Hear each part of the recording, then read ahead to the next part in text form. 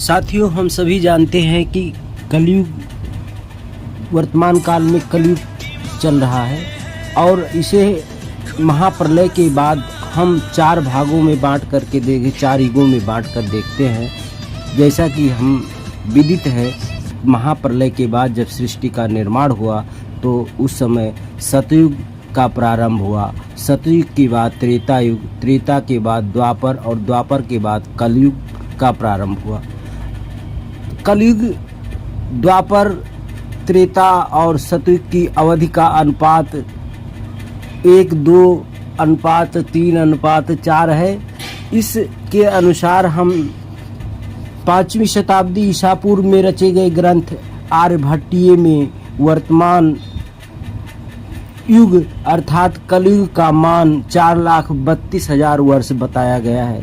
अतः महर्षियों की गणना के अनुसार सतयुग का समय 17,28,000 वर्ष, त्रेता युग का अवधि काल 12,96,000 वर्ष और द्वापर युग का समय 8,64,000 वर्ष और कलयुग की अवधि 4,32,000 वर्ष ज्ञात की गई हमारी महर्षियों के द्वारा। हम सभी जानते हैं कि द्वापर और त्रेता में भगवान कृष्ण और भगवान राम के जन्म और उनके युग लीला का वर्णन है। इसी काल में राम रावण का युद्ध, कृष्ण और महाभारत का युद्ध, अनेक नीत अनीत युग संस्कार आदि की बातें इस अवधि में समय समय पर हमारे महर्षियों ने बताया। कलयुग की समाप्ति पर पुनः प्रलय की कल्पना की गई है। पुनः सृष्टि की रचना होकर सतयुग का आरंभ बताया जाता है। यही चक्र, सूर्य, चंद्रमा, बृहस्पति जब तीनों नक्षत्र एक ही राशि में हों तभी से सतयुग का प्रारंभ हो जाता है। ये कलयुग के अंत में पुनः आरंभ होता है और इसमें पितरों की पूजा होती है। जैसा हम जानते हैं कि सतयुग के आरंभ में सत्यव्रत नाम से विख्यात राजर्षि थे। ये ही वर्तमान युग में श्राद्ध देव नाम से प्रसिद्ध विश्वान सूर्य के पुत्र हुए, जिन्हें भगवान ने वैवस्वत मनु बना दिया।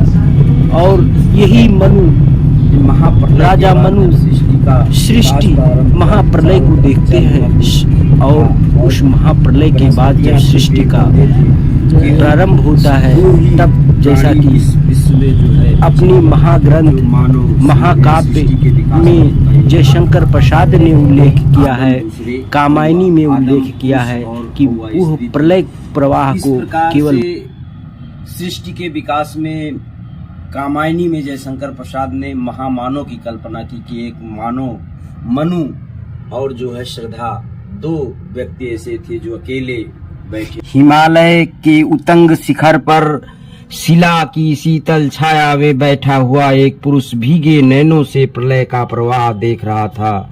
नीचे अपार जल लहरा रहा था, ऊपर सघन हिम ठिठुरा हुआ था। एक ही तत्व के दो भिन्न भिन्न रूपों का ये दर्शन एक अजीब रहस्य की सूचना दे रहा था। रहस्य से जड़ भी कह सकते हो और चेतन भी। हिमगिर के उतंग शिखर पर बैठ शिला की शीतल छां एक पुरुष भीगे नैनों से देख रहा था प्रलय प्रवाह। नीचे जल था, ऊपर हिम था, एक तरल था, एक सघन, एक तत्व की ही प्रधानता कहो उसे जड़ या चेतन।